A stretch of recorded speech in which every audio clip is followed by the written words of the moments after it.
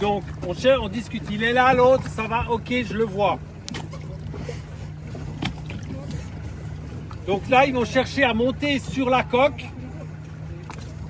Et la corde qu'il a dans la main, il faut qu'il la passe au-dessus de la coque en l'air. Vous voyez, la problématique, c'est pas évident de monter sur le bateau, sur la coque. Il y a le gilet de sauvetage, il y a la ceinture de trapèze. Voilà. Maintenant, il prend le bout.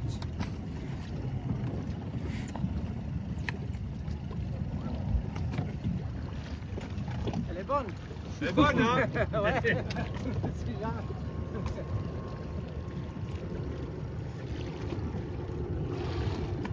Voilà. Donc là, s'il y avait de la difficulté, on pourrait, avec le bateau moteur, prendre le bout. C'est la même chose. On va essayer de mettre du poids, un maximum de poids sur la coque qui est en bas pour qu'elle se bloque dans l'eau pour faire croche-pied. Et là, ils vont le faire eux-mêmes.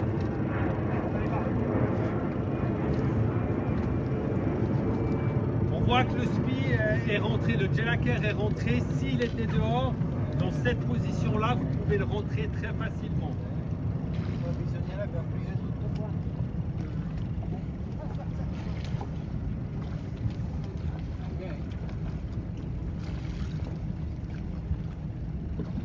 Et puis on fait, nous, on fait ou vous Non, nous vous aidez? faites. Ok. Non, nous, on est fatigués.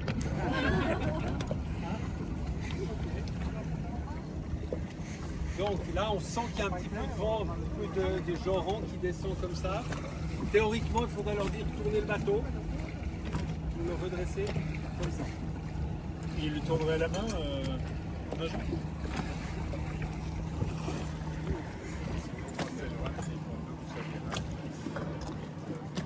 Faut rester attachés ensemble.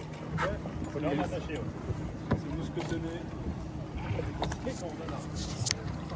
Ah, c'est nous qui sommes en première ligne. Hein.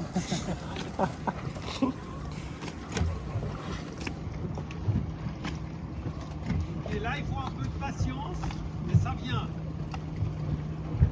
Là, il faut que l'équipier qui est dans l'eau monte un tout petit peu.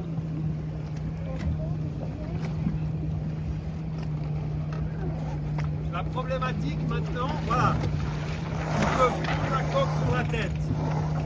Donc il faut encore qu'ils soient bien réveillés. Mais maintenant, c'est plus facile de monter par devant comme il est que par le côté. Là, vous pouvez les encourager à monter par là. Allez.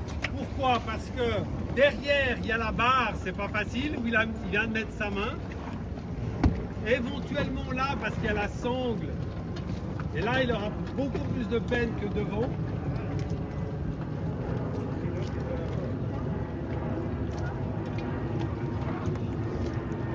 Après, un très bon moyen, c'est le haubans et les trapèzes. L'avantage du trapèze, c'est qu'il y a une poignée. Oui, des poignées. Eh ouais. Mais je voulais essayer, mais ça peut. Pensez aussi à une chose. On fait encore une fois, puis on va essayer avec le bateau moteur pour le redresser, d'accord? Tu veux le faire toi? Changer? Ok. Pensez à une chose. L'équipage qui est dans l'eau comme ça n'a pas forcément les idées claires. Ça fait peut-être 15 minutes qu'ils sont dans l'eau. Ça fait 2 heures qu'ils naviguent. Il s'est passé quelque chose, il ne raisonne pas logiquement toujours.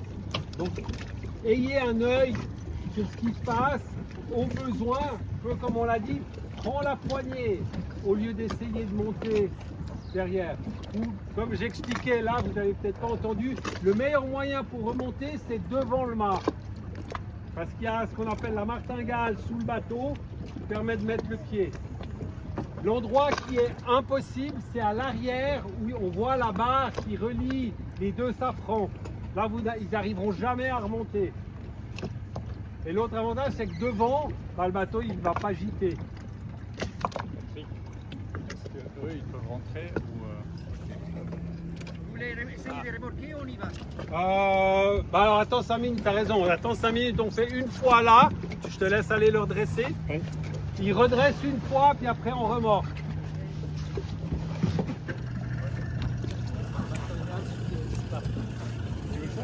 Non, mais ça, je crois que ça, c'est celle qui était partie dans l'eau, que tu venais la... Attention, il a bosson là-bas, ouais, tu peux voir.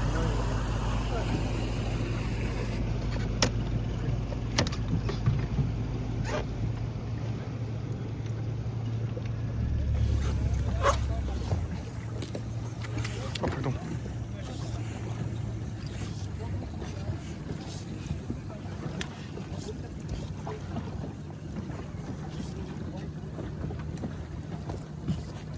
Arnaud, tu as compris, donc on utilise l'écoute du dériveur, du catamaran, et puis tu ne le bloques pas avec un nœud. Tu fais simplement un tour autour du taquet. Et toi, tu te mets à 90 et 90. Suffisamment pour que je puisse tirer, Ouais. et suffisamment aussi pour que tu puisses lâcher. Lâcher du mou, ouais.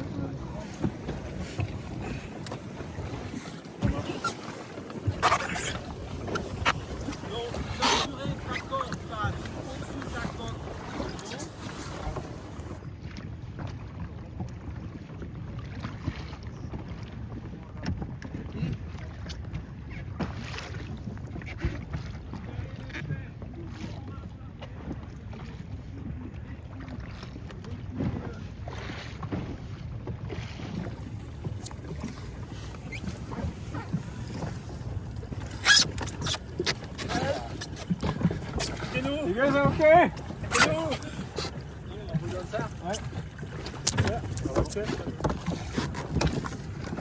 ce qui est important, c'est qu'on arrive à faire l'effet de croche-pied.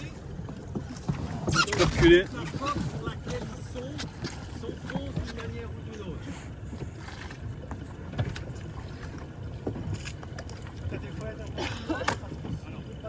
On va essayer d'avoir ce goût comme ça. On va voir si le bateau commence à se redresser ou pas. Ok, je suis au bout de la corde. Prêt? Vous êtes prêts? Ouais. Je vais tirer.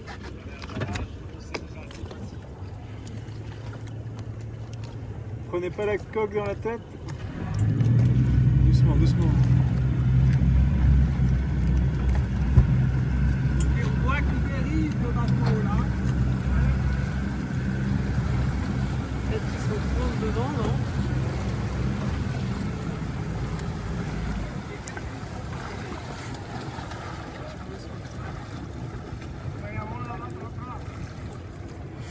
Là, il était. Ouais.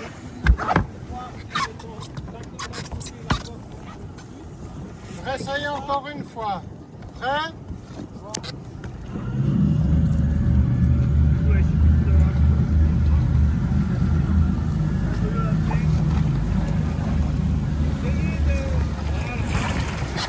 Lâchez.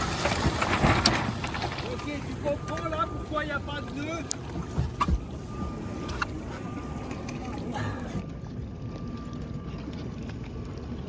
Bravo, Edouard. Ah, vous avez bien travaillé aussi, merci. Travail d'équipe. Une chose, c'est que si vous avez des zodiacs, vous privilégiez les zodiacs pour remorquer. Parce que quand on va arriver dans le port, on va se mettre à coupe comme ça. C'est mieux pour les bateaux.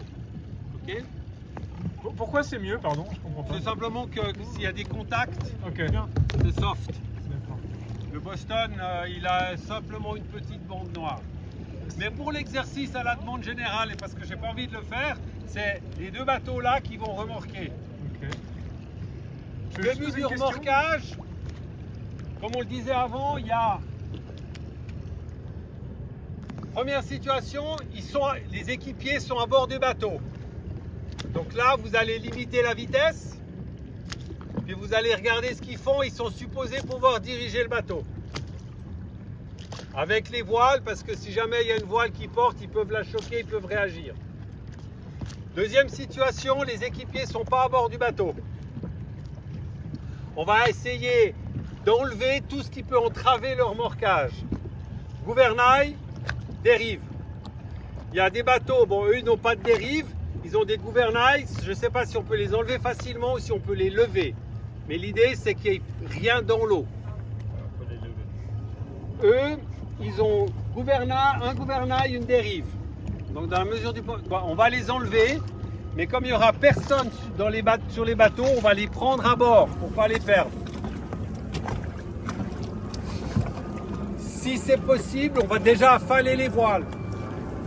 Certains bateaux, il faut s'arrêter, lui il a un hook, ça veut dire qu'il faut monter un peu la grand voile, il faut la redescendre. Pas forcément facile. L'idéal là-dessus, c'est d'enlever la baume et de laisser les coudes de grand voile pour laisser la voile battre. Comme ça, vous êtes sûr qu'il ne peut rien se passer. Idem pour le phoque. Sur le melge, c'est un petit peu plus facile de descendre la grand voile. La longueur du bout de remorquage, c'est assez open, mais mieux vaut être 10-20 mètres derrière le bateau, voire un peu plus, surtout si vous avez un long remorquage à faire. Une fois que vous allez arriver dans le port, ou juste avant le port, soit vous faites très court, soit vous le prenez à couple. D'accord ? Un couple, c'est pas embêtant par rapport à la largeur des passes. De nouveau, et c'est là où j'adore, parce que je peux toujours m'en sortir, c'est que si tu n'as pas de place, tu ne peux pas le prendre à couple. Ouais. Si tu as de la place, parce que le problème, si tu le prends derrière pour aller là-bas, une fois que tu es arrivé au bout, tu es un peu embêté. Mais il y a un petit peu plus de place au bout. Ouais, mais après, il faut quand même, à un moment donné, on va se croiser. Si tu es comme ça, une fois que tu arrives au bout, il doit forcément faire ça. Donc il y a le devant toi, ah oui, si tu es à couple. Mais là, ce qu'on disait, c'est que tu te prends remorque jusqu'au bout. D'accord, ok. Mais autrement, oui, si tu es à couple, il est à côté de toi. Mais j'ai presque déconné, mais ça serait une solution. Enfin, quand tu es à couple, oui. Tu prends un tout petit peu d'élan et tu laisses partir le cheval, c'est ça. De toute façon, eux, quand ils vont arriver à quelques mètres de la rampe, ils vont sauter dans l'eau. Pensez, si jamais, s'il y a encore les appendices, de leur rappeler, lever la dérive, lever le sapot. De nouveau, ils sont fatigués, ils ont eu froid, ils ont peut-être eu peur, ils ne réfléchissent pas à tout. Tu verras vite si la dérive elle n'est pas enlevée. Quand tu remorques, tu vois tout de suite. Oui, bien sûr. Elle peut être levée quand tu remorques. Au moment où tu ralentis dans le port, elle descend parce qu'il n'y a plus de résistance. Les gars, un peu stressés, machin. Moi, c'est pour éviter le prix de la dérive ou de la réparation. De nouveau, sur le bateau moteur, on a un tout petit peu plus de jugeote parce qu'on a été moins sous pression. Mais Okay. s'il reste dans le bateau, on enlève aussi la dérive? Il faut... Ah non, ça t'es pas obligé. En fait, le problème de la dérive, c'est que ton bateau, avec la dérive, tant qu'il est juste derrière, tu vas très très vite, ça pose pas de problème. À un moment donné, il prend un tout petit peu d'angle avec la dérive, parce qu'elle est faite pour ça, ton bateau il va aller là. Donc à un moment donné, soit il chavire, soit il repart. Mais il ne va pas repartir et se dire je viens me remettre derrière. Il va partir là, jusqu'à ce que là ce soit trop fort, il va faire ça.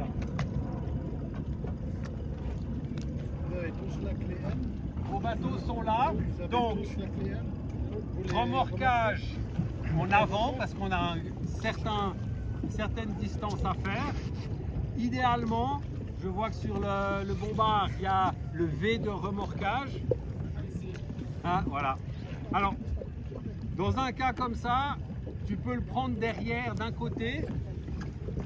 Les bateaux sont légers, tu ne verras pas la différence, mais gardez en tête, si les bateaux sont lourds et que vous prenez d'un côté, il ne va pas se passer ça, il va se passer ça.